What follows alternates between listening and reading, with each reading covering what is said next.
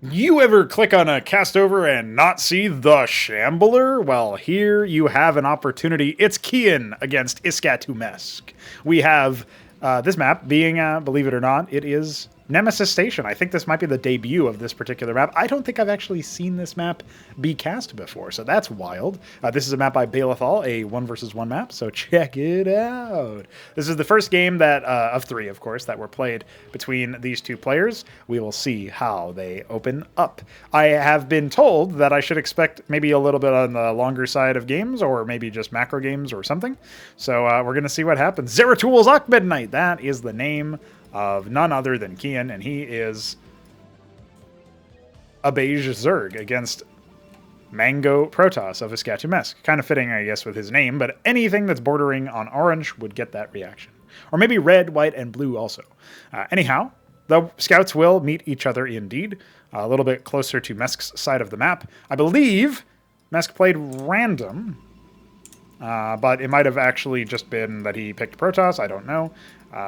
You never know. Random is not very random, it feels like. But then random also randomly decides that one player is mostly this. Because in Fraudarchy, Mesk almost always gets Protoss. And in my experience, random is disproportionately heavily dealt with related to Zerg. So obviously Keyan being just, doing his thing with burrowing. Obviously at this point you could cancel that by building a pylon there. I don't know if Mesk knows about that. I imagine he doesn't. So let's see what he decides to do. He's got his scribe near scouting the opening. And this is actually going to be a hidden base expo. I think Mesk should be very scared about what he sees here. Because what he sees is very few workers and 2 eggs. But as he stays here for a longer amount of time... oh, there you go. The warden is up. Can he kill the worker in time? He's only attacking it with a single scribe, so I'm amazed that it doesn't just reburrow, but there you go. Keyan makes it easy on him. Hatcheros going down now and has been for a little bit. He's now going to attempt to kill the scribe, who is 3 worker shots from death, but decides not to do it. And yeah, puzzling opener now. I'm not sure if Keyan can hold against the Dracoden. I mean, the time here and the fact that he's gotten 6 pairs of, or sorry, 6 Death Cores, 3 pairs of Death Cores. I think maybe that's just going to mean that, well, the Dracoden's going to remain at home. He might suspect flyers, but he shouldn't because there's very limited gas harvesting at this point. So, hey, the scribe is still alive for just a moment. He's 3 health. Dude, that's 3. And you know what we say about 3? Wait, it's this way. 3. Okay. Anyway, this hidden base may actually work out pretty well for Keyan because map awareness is not our players' strong suits in general. So they don't always scout for all of those things. Although in this case, I think you would have to be somewhat suspicious. Like, you would have to say, okay, there's very few workers, very few combat units. At the time that the scribe actually showed up, there were no combat units and like probably 9 workers or something. And no expo. So what the fuck is going on there? And I think Mesk probably also spotted the worker leave the choke when there was already a worker scout in his main. So he should have known at that point, hey, bro, this is like really wacky behavior. So anyhow, I think that's probably fine. And we are now going to see Keyan take this base.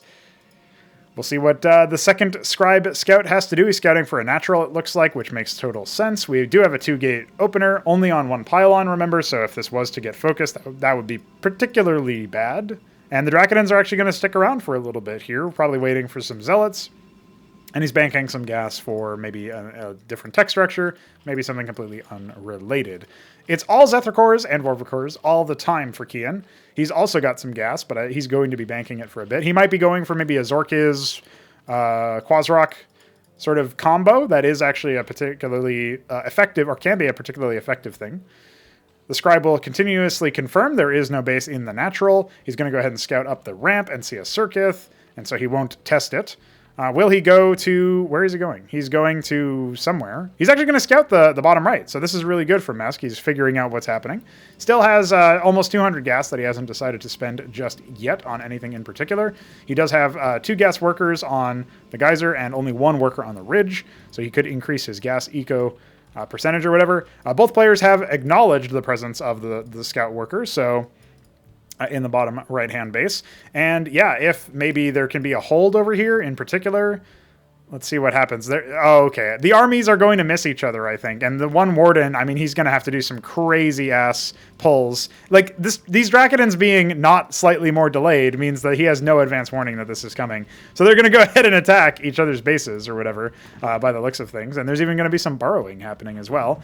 Keyan may decide to delay his approach. So here comes some zealots. They can walk right up and start picking away at the workers. The Drakodins are standing vigil over here, so actually not terrible.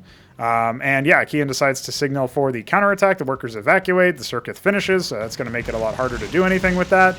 And do we have a second warden? We have an embassy instead. The Nexus, was it canceled? Yes. The Drakodins are coming back up. This Drakodin going to fall back. Or maybe not. It's actually going to be pranking him because of the way that this is by the cliff. So he didn't have precise control over his units there. And I think Keyan will be smart enough to recognize this is only one single pylon. He pops one of the gateways and then goes for the pylon. And that will indeed signal the doom of that warden. He even gets his Drakodin almost surrounded. A little bit sloppy by Keyan to not do that. A little bit sloppy of Mesk to even allow it to happen in the first place. But honestly, I think the Drakodins might be okay here. I mean, we would like to see more control over the unit micro. In the meanwhile, it's not even like these zealots are being microed or anything. They're literally just A-moving. There wasn't even a pylon being slapped together. Okay, now there's one to power stuff again. And these zealots down here, what are they doing? We don't know yet, but more Nathrakors are on the way. The pylon finishing means that the Wardens should be okay at dealing with this, but the Drakodins have been sent out furiously to another location. And don't mind the lack of blinking, that's just an iScript bug. A second pylon going down, this is really good. The Drakodins will even intercept the incoming Nathrakors. Unfortunately, two of them being low, but none of them being killed. Okay, that is changed by one of them going down. Another one being low as one of the Drakodins is just dancing around. All the attack moves being being put together or whatever, it makes it kind of difficult for you to tell which one is weak and which one isn't.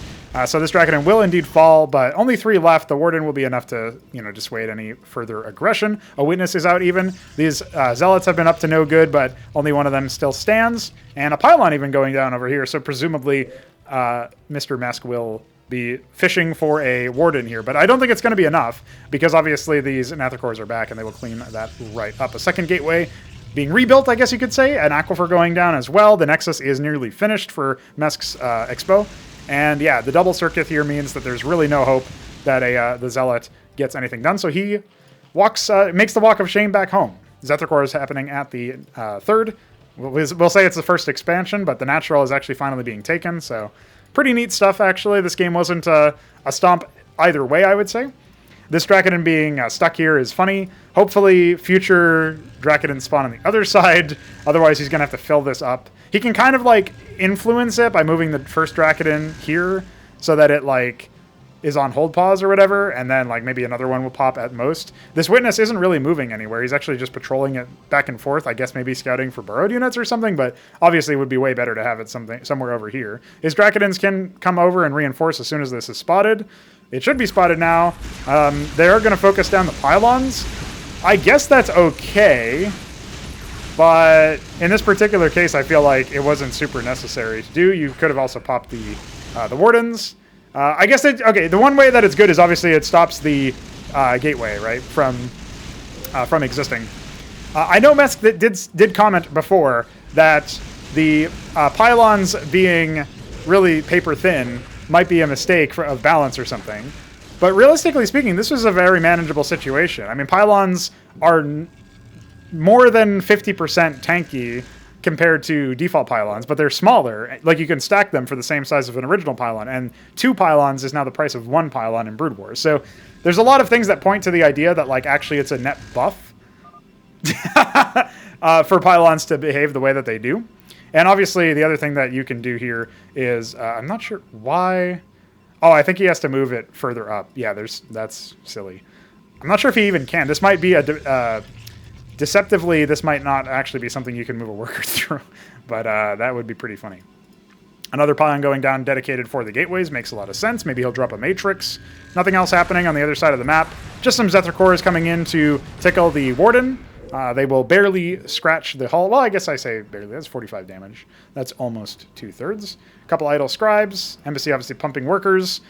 But, Keyan's on 3 bases now, or he will soon have 3 bases worth of eco. He's still not harvesting gas from his natural, believe it or not. Now he's fixing that issue. And we'll see what happens next.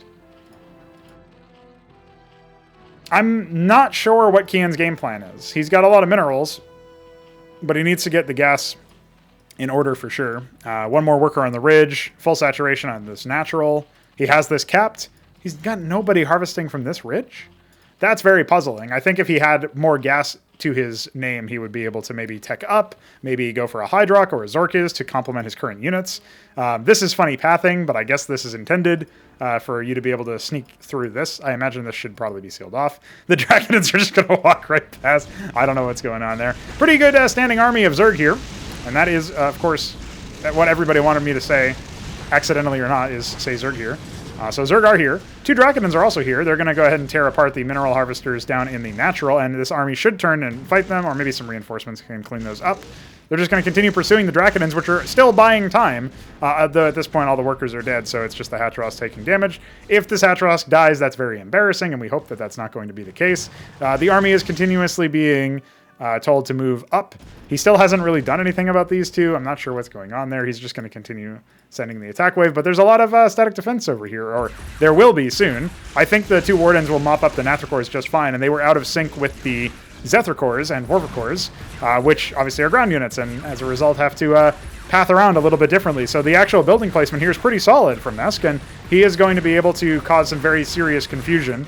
I don't think there's really any particular target firing happening. A lot of units went up here instead of focusing on the natural where they may have been of more use. Because you can see the 2 Wardens that were there were completely destroyed, but the other Wardens had enough time to warp in because of the lower amounts of DPS coming from the sort of out-of-sync Zethicores and Vorvicores. Now, the 2 Draconids harassing this base did get stopped, but remember, this Hatross was wailed on for quite a while, so now it's quite low. The Witness now heading on over where exactly? He's going to just patrol through these 2 locations, it looks like. That's fine, I suppose. Sequestered Icon being the next tech of choice for Mr. Mesk, who once again, I believe, has trapped his Dragons in the corner. I don't know what's up with that. That's funny. And now what am I witnessing? What is this insane gas pathing, dude? He's really fucked himself over a few times. It really seems like you should be able to path through that. So I don't know what's up with that. But anyway, indeed, we are going to see some static defense be set up for Keyan's natural. He's got reasonable defenses on all sides. A Hydrock Den has gone down. That's his tech of choice.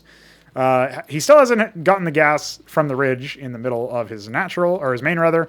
He's only harvesting from the geyser in his natural and very limited on the resources, the minerals there.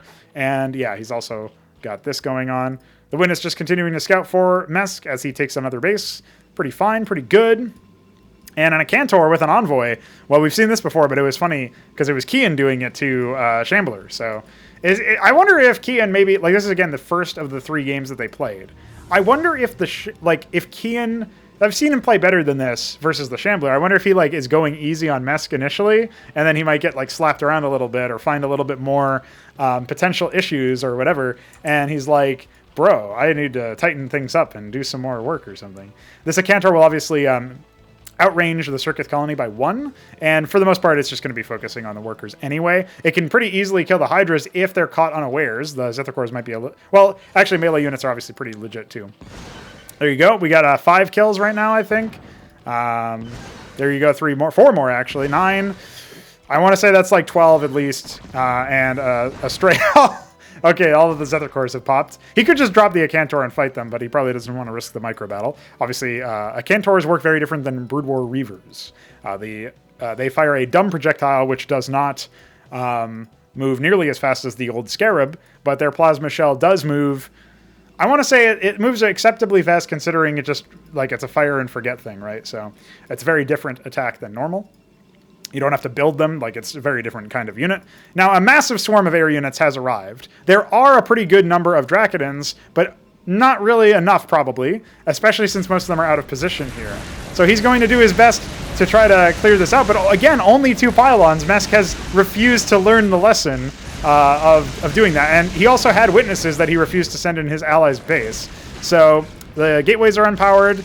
The worker line should just migrate over and see if it can't claim some sort of defense or what have you. But I think maybe all of the stuff in here just ends up getting completely destroyed. The pylons weren't rebuilt fast enough while there were still units to do something with. Yeah, I think if the Witness had just walked into the base, it would have seen this coming a lot sooner. And maybe then Mesk could have done something about it. But I think maybe this counterattack ends up being quite successful. The Architect was already canceled, it looks like. So that's that. And there she blows, bros. It's a pretty unfortunate end to the game where Keyan just banked all of his resources and turned it into... yeah, I think he struck while the iron was hot specifically because he was worried about an Architect showing up, although the Nathricors and Skithricors would have naturally made its life pretty hellish. So maybe not. That Nexus going down, we have a gateway being rebuilt. No more pylons or wardens being warped in. There was one additional one that was being warped in over here. Instead, he's focusing all of his attention towards trying to harvest this. But again, he's like walled off so much of the resources. I don't know what to say about that one. They'll have some time to chew through the gateways before they come over here. And indeed, more wardens going down, but obviously they take quite a long time. More pylons, that's good. He now has 4 pylons in some way, lending, now 6 actually, lending power to this, and no Dracodon on the way, no Ecclesiast on the way, but still doing an okay enough job probably at protecting stuff. There was no counterattack. I don't know what happened to the Envoy. I think maybe it got owned somewhere. But the Envoy with the cancer, no, it's actually shutting down this base. So there is something happening here. And again, the 6 pylons, that should be sufficient protection now. I think Mesk has learned. All of his stuff still active. Only 1 pylon left. It will unpower 2 wardens, but that's not going to be enough. And so that was a great pivot, so to speak, where he obviously dumped a lot of more resources into holding it, but clearly worked pretty well. He can repower the bottom 3 cannons, bottom 3 wardens as soon at any time, and he's just going to continue ferrying this Envoy. He's killed plenty of workers. It's 53 workers for Keyan to 19 now for Keyan. Like, that's pretty brutal, and he can even drop the Cantor again if he wants to. He'll drop it and then maybe fire one last shot onto the Circuit, but nope, he's going to take 1 more worker with him instead. And some Zealots are now going to march in, see what they can do. Spoiler, not really much. But hey, if you were to rebuild the embassy and get an Envoy again, or maybe have dropped the Cantor and flew away with the Envoy, might have also been a move. Something that he could have done is ferry these, like elevator these up and attack the mineral line over here. Instead, he's just going to see that he's going to get owned if he keeps attacking there. And so indeed he will start to withdraw. Yeah, I'm puzzled by the Witness move. Like, I get the idea that you want to take advantage of the fact that you can see stuff, but I still feel like it would have been better to move it into his base. And then, like, obviously Keyan would have to look for the Shimmer, or, you know, just in general build an Ovaleth because he's against Protoss, which maybe feels a little bit lame when I say it out loud like that. But at his 3rd base, which is a strange position for this, he is building a fleet beacon. However, Keyan probably doesn't know that this base exists, right? He only is really aware of he might feel like he's actually on just 1 base now. And of course, Mesk can expand to another base at any point, but this amount of Wardens actually should be able to pop Keyan's ground army pretty easily. The Skithricors are already gone. Okay, they're actually doing okay. Obviously, the Hydras do pretty well against Wardens, but a little bit of flubbed targeting there is actually going to cost him quite a bit, and only 4 Wardens have gone down. I do think that the Fleet Beacon was spotted. A Solarian being trained at this point is makes for a pretty good situation to reinforce a ground army, but by itself isn't going to be the be-all, end-all. I should mention that Solarians have been revised quite a bit recently. We fixed a bug where they weren't rebuilding the stuff, which obviously they should have been always. And not only that, but we also made their launch time half as long. So shout out to DF for helping me fix that and make that happen.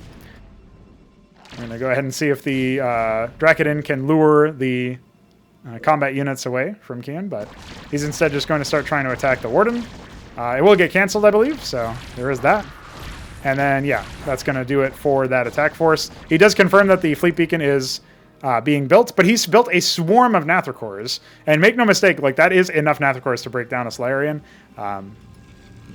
It's definitely something that you got to be cognizant of. And he doesn't have that many Wardens over here either, so there you go. We're going to have to wait and see. The Solarian is out. Stack of Nathricors here being slowly whittled away.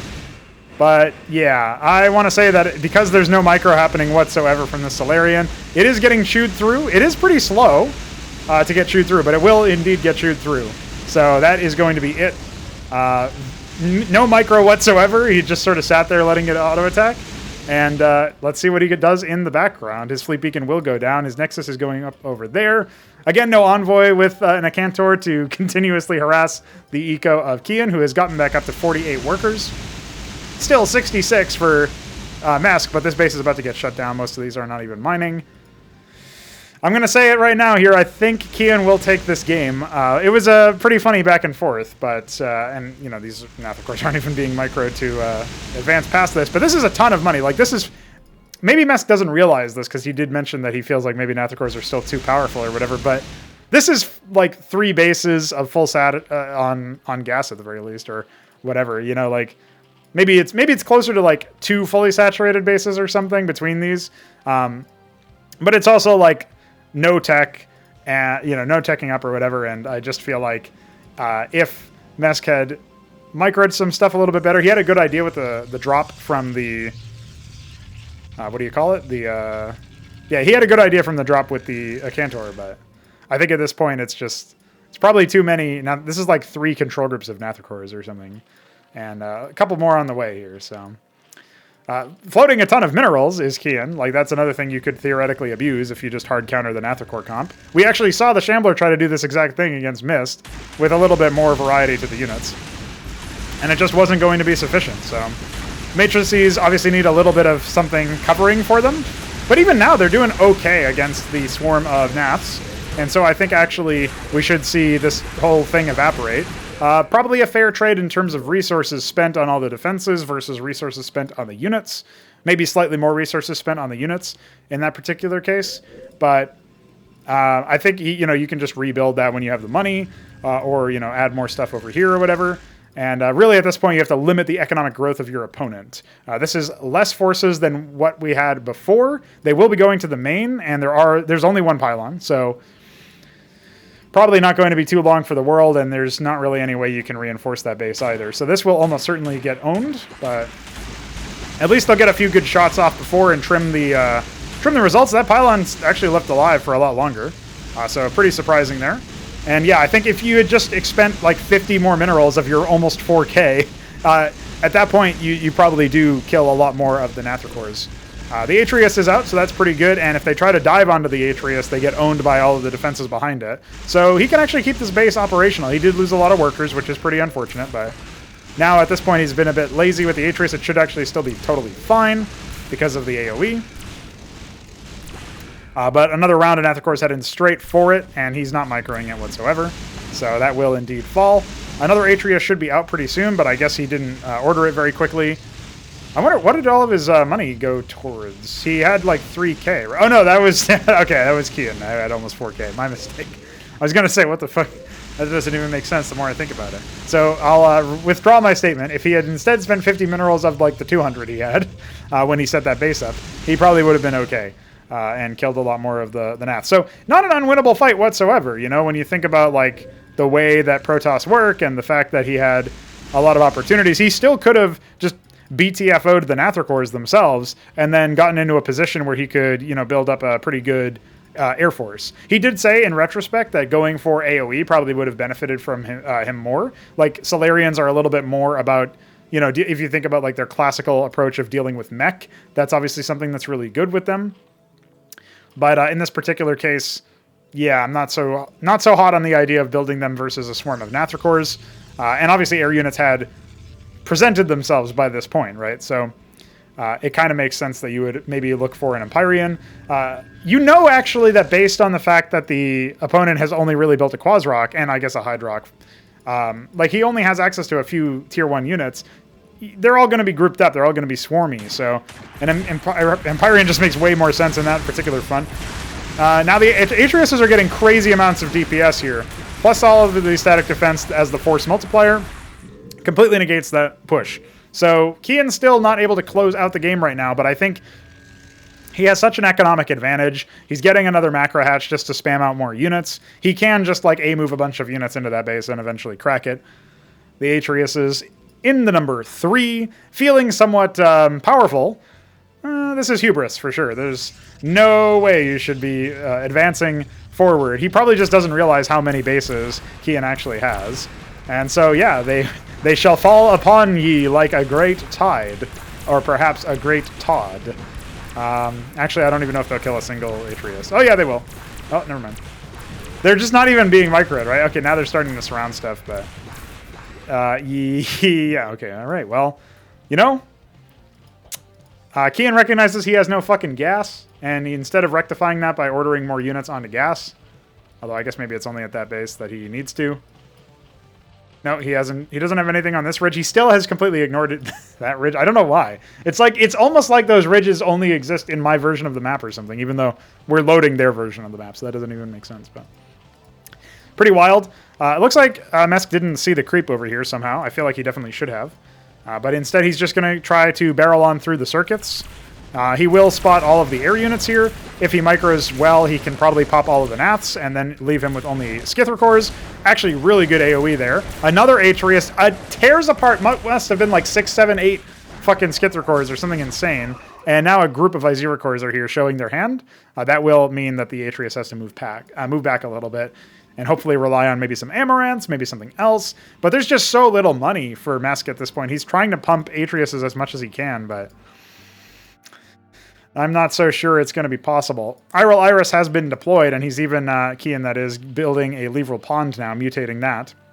That means he will be able to access Leveralisks, the Wigglehead Raptor, of course, the famed Wigglehead Raptor, and Calculisks. Obviously, he already can do Vorvicors. He's going to go ahead and get double gas taken on this base. He's going to go ahead and cap him. He should get some static defense, of course, but waiting on that for some more in the future. 4,000 minerals is crazy high for Keyan. We're going to have to wait and see what he actually spends all of that money on. But gas being his limiting factor, maybe he's just going to save up and go for Othstol immediately. I'm not 100% sure. That could be he's also saving for the Kafralosk. I'm not 100% sure on that one either. But the Atreuses will get reposted from this particular attack vector. They will have to fall back. That's fine. They will regenerate their shields. Will the Izira cores even hunt them down? Not sure, but they will obviously get rid of that one, force them to fall back at the very least. Hey, we do see some Amaranths. Okay, so a good front line to peel for the Atreuses. They can do damage against the Izira cores, of course. They just need to not get completely overwhelmed, right? Their splash is much reduced, and it's kind of weird to see only Izira cores. Like, obviously, you would want to have a backline so that these frontliners are actually doing something. They do successfully surround that Atreus and tear him to pieces like a mob descending upon a Trump supporter or something. But, you know, quite apt, actually, considering the player name of Mesk. And this force will get eventually pinched to death. Now, obviously, at this point, the Atreuses are very slowly chipping away at some of this stuff. They will actually kill this base if they're not careful, so the Izira cores have to fall back. And Mesk should be a little bit wary of this, but he's not really too interested, it looks like, in saving his skin. Another Circuit is out. He can't really kite backwards. He's almost been surrounded, but that one's just dead anyway. So there you go. That's going to be the end of that particular fight, with, obviously, Keyan killing the Atreuses. It's a slap fight, bro. The Atreus doesn't have enough damage to kill all of the Izira cores, and the Izira cores barely have enough damage to kill the Atreus. Speaking of slap fight, with those Atreuses cleared up, he's now returned to Nathra-cores, and he's going to mutate those into Calculisks. Got to be careful about that, but more Atreuses have been fielded. It's just they can't be everywhere at once, and also there's only 3 of them, so they will definitely fall victim, I think, to some more activity. Another Envoy is up. Stargate being built. Maybe he's going to go for Panoptises. And Nexus being dropped in the top left base for Mesk. I'm really surprised this game is still happening, but I don't know. Obviously, like, at this point, with all of these Tier 2 units out, it's only one kind of Tier 2 unit, admittedly, but I just feel like it's going to be too much to handle. Their range on the Calculisk allows them to only engage with a couple of the static defense structures here at once, whereas obviously the shorter to melee range air units, the Nathra-core and the Skithra-core, that obviously is going to make a much harder time. So the Calculisks will at least probably show themselves in the top left base before they descend upon the Natural, which is basically the main. And that will reveal to Mesk what's going on exactly. Okay, he's like not sure what to do about that one. So yeah, at this point he should know that he needs way more Atreuses, and he only has one just about to finish. You know, if he kites backwards well enough here, especially over static defense, the Nathra-cores can get shredded, but the Calculisks will also offer up quite a big fight. And if the Calculus center first instead, you never know what exactly happens. They're not super beefy. They only have plus 20 HP compared to the Nath. And obviously the Atreus has more than 3 armor pens, so completely invalidates the armor of the Calculus anyway. But yeah, it's definitely something to be watchful of. And the Calculus coming in, they're going to see if they can focus down a lot of the stuff over here, fight over territory that's favorable to them. One of the matrices has gone down. A Warden follows it soon after, and they just descend upon him like a plague with more of the ground units heading over across the map. All the Atreuses have fallen. They didn't really focus the meaty targets of like stuff like this over here, where a ton of splash was potentially possible. And so that will be the GGs, both of them green colored because I happened to select the right player's units at the right time. We'll wait for Keyan to actually exit the replay so I can hit exit replay myself. Surely he will do it eventually and not just continuously molest Mesk's base forever. All right, we'll just fast forward. Thank you. All right, let's take a look at the score screen here. And that's that. Game number 1 taken care of in favor of Keyan. It's game number 2 between Keyan and the Shambler. Oh, wait, the Shambler's not in this one. It's Keyan and Mesk. Silly me. How could I forget? We are here with Ultramarine Keyan against Electric Blue IskatuMesk, and that means we're dealing with PvP. That should be kind of interesting, right? Right, guys. We even have a pylon faster for Keyan, which is shocking. Can you believe such a difference in the build order? One thing I will say is, even though mirror matchups are notoriously like the worst matchups to have in an RTS usually, I have to admit, they're way more interesting in CMBW than in like stock Brood War, where you can just do completely different things and they could potentially be viable depending on what you scout. So Mesk here is going to go ahead and do this thing, which is like the forbidden art. You never really want to do this because you always get more gas doubling up on that over time. It's actually a lattice first, and Keyan will scout that he's also doing a lattice first, and he's like, what? You can't out lattice me? What the fuck? So that's kind of interesting. But the gas harvesting means that it can't be vassals, right? So he's probably going manifolds. I'm not sure if Mesk even knows that vassals don't... Oh, interesting. Okay. So Keyan will be expecting a lattice fight, and instead there's a canceled lattice into a gateway. Maybe a second gateway as well? Shall we see that? And we will. Okay, this is really interesting because he's not scouting himself, Mesk, so he's not going to know what the response is. But, we might see, like, maybe a more defensive play coming out of Keyan. He should have noted that the gas harvesting means something is up, like he's not going vassals probably, or he's going to go, like, manifolds alongside them or something. He's even spent some of his initial gas on a matrix, guys. He has no idea it's a fake out, bro. That is interesting. Suddenly, I am all ears. What can I see from this particular game? Now, one thing that is really hard to remember is that pylons have really far power fields, more than you would think just by looking at them. So when you see the pylon and you see the matrix and you're like, oh, this pylon must be powering this matrix, you might be frauded because this pylon is actually also powering it. I don't know if we can somehow more adequately indicate which pylons are powering which, but even if we did do that, maybe it would only be like ally UI or something, right? It's hard to say. So Keyan deciding to play somewhat defensively. He only has vassals, mind you, and a single Dracodon is more than man enough to deal with 4 vassals, right? That's 2 requisitions of vassals. A second lattice going down, but will it even help him is the question. Because obviously Keyan can attack this Nexus from afar, right? From Jafar. And we're going to have to wait and see what happens with that. Third Dracodon on the way, and the first one has arrived, and Keyan must be bamboozled. What's going on? So there you go, first vassal dead. Passive has been procced. Another pair of vassals has arrived. You really don't have to worry too much about this, honestly. They barely scratch the paint on these Dracodons. So there you go. The set of vassals has been concluded. And, well, they will be as soon as they each take 1 more shot, or 2 more if they're fully regenerated. Yeah, there you go. 1. Yeah, okay, 1, 2. Buckle my shoe. This game is pretty much wrapped.